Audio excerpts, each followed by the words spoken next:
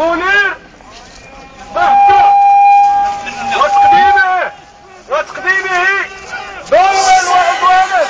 لازلنا على الطريق منير يا رفيق، لازلنا على الطريق منير يا رفيق، لازلنا على الطريق منير يا رفيق، لازلنا على الطريق منير يا رفيق، لازلنا على الطريق منير يا رفيق، لازلنا على الطريق منير يا رفيق.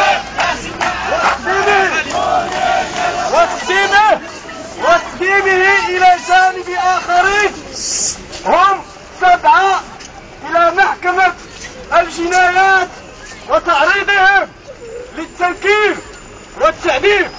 وفي هذا السياق نحمل كل جهة معنية مسؤولية هؤلاء الأبرياء، كما نناشد كل الجمعيات الحقوقية والضمائر الرعية أن تقف إلى جانب كل هؤلاء المعتقلين فتحا لبطش السلطة الغاشمة. وتحية لكم.